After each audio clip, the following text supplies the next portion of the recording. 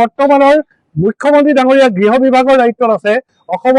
গৃহ বিভাগৰ দায়িত্বত থকা মুখ্যমন্ত্ৰী ডাঙৰীয়া আৰু আৰক্ষী সঞ্চালক প্ৰধান ডাঙৰীয়াক আমি অনুৰোধ জনাইছো, ঐতিহাসিক শিৱসাগৰৰ পৰা 48 ঘণ্টাৰ ভিতৰত হিৰেন হিন্দু অসম এটা পৰ্টেল যিটো গ্ৰুপ আছে, ফেচবুক গ্ৰুপ আছামিজ লাইভ আৰু ৰাতুল কলিতাক তৎকালে গ্ৰেপ্তাৰ কৰি কঠোৰ শাস্তি দিব লাগে। যদি নিদিয়ে 48 ঘণ্টা অতিক্ৰম কৰে, তেতিয়া উজনি অসমৰ মুছলমানসকলে আমাৰ ধৰ্ম ৰক্ষাৰ কাৰণে আৰু এই ধৰ্মৰ নামত বেয়া ব্যৱহাৰ কৰা এই পাখণ্ডবিলাকৰ বিৰুদ্ধে বিহিত ব্যৱস্থা গ্ৰহণ কৰিবলৈ বাধ্য হ'ব আৰু ইয়াতকৈ কঠোৰ কাৰ্যসূচী গ্ৰহণ কৰিবলৈ আমি বাধ্য হ'ম। আজি কেৱল শিৱসাগৰ সদৰ থানাত আমি এজাহাৰ দাখিল কৰিছোঁ। আপোনালোকে সকলোৱে জানে যে ইছলাম ধৰ্ম এটা পবিত্ৰ ধৰ্ম আৰু বিশুদ্ধ ধৰ্ম, আৰু তাৰ যিগৰাকী পয়গম্বৰ হজৰত মহম্মদ মুস্তাফা সাল্লাল্লাহু আলাইহি ওয়াসাল্লাম, তেখেত বিশ্ব নবী আৰু এজন সৰ্বশ্ৰেষ্ঠ মানৱ হিচাপে বিশ্বই স্বীকাৰ কৰি লৈছে। আৰু এগৰাকী এনেকুৱা মহাপুৰুষৰ ওপৰত হিৰেন হিন্দু অসম নামৰ এজন ব্যক্তিয়ে তেখেতক এনেকুৱা ধৰণে অপমান কৰিছে, আৰু যিটো অপমান উজনি অসমৰ খিলঞ্জীয়া মুছলমানসকলে সহ্য কৰিব পৰা নাই। আমি ক'ৰবাৰ পৰা উফৰি অহা মুছলমান নহয়, আহোম যুগৰ পূৰ্বৰ পৰা 800 বছৰ ইতিহাস গৰকা খিলঞ্জীয়া মুছলমান।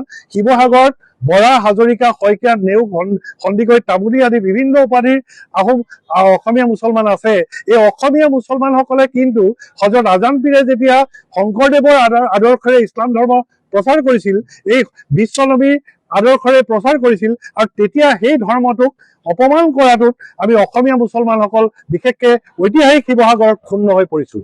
সেয়েহে যিহেতু নিৰ্বাচনৰ পূৰ্বে আৰু নিৰ্বাচনৰ পাছত অসমৰ বৰ্তমানৰ মুখ্যমন্ত্ৰী হিমন্ত বিশ্ব শৰ্মাই কৈছে মুছলিম ধৰ্মটো এটা পবিত্ৰ ধৰ্ম, ভাল ধৰ্ম, বিশুদ্ধ ধৰ্ম, আৰু মুছলমানে মৌলবাদীক কেতিয়াও প্ৰশ্ৰয় নিদিয়ে বুলি স্বয়ং মুখ্যমন্ত্ৰীয়ে কোৱাৰ পাছত হিৰেন হিন্দু অসম বেয়া ব্যৱহাৰ কৰিছে বিশ্ব নবী হজৰত মহম্মদৰ ওপৰত।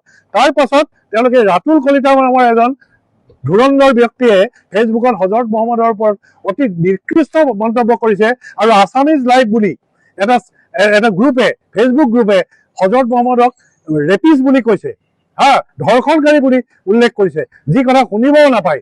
এনেকুৱা ধৰণৰ ঘৃণনীয় কথা কৈ আমাৰ ধৰ্মগুৰুজনক অপমান কৰি সমগ্ৰ মুছলমান সমাজক অপমান কৰিছে, আৰু উজনি অসমৰ মুছলমান সমাজ এতিয়া ক্ষোভিত হৈ পৰিছে। আৰু অসমৰ বৰ্তমানৰ মুখ্যমন্ত্ৰী ডাঙৰীয়া গৃহ বিভাগৰ দায়িত্বত আছে।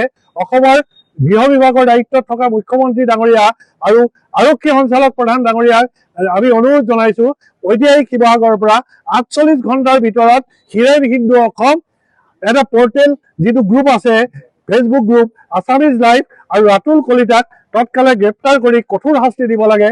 যদি নিদিয়ে 48 ঘণ্টা অতিক্ৰম কৰে, তেতিয়া উজনি অসমৰ মুছলমানসকলে আমাৰ ধৰ্ম ৰক্ষাৰ কাৰণে আৰু এই ধৰ্মৰ নামত বেয়া ব্যৱহাৰ কৰা এই পাখণ্ডবিলাকৰ বিৰুদ্ধে বিহিত ব্যৱস্থা গ্ৰহণ কৰিবলৈ বাধ্য হ'ব, আৰু ইয়াতকৈ কঠোৰ কাৰ্যসূচী গ্ৰহণ কৰিবলৈ আমি বাধ্য হ'ম।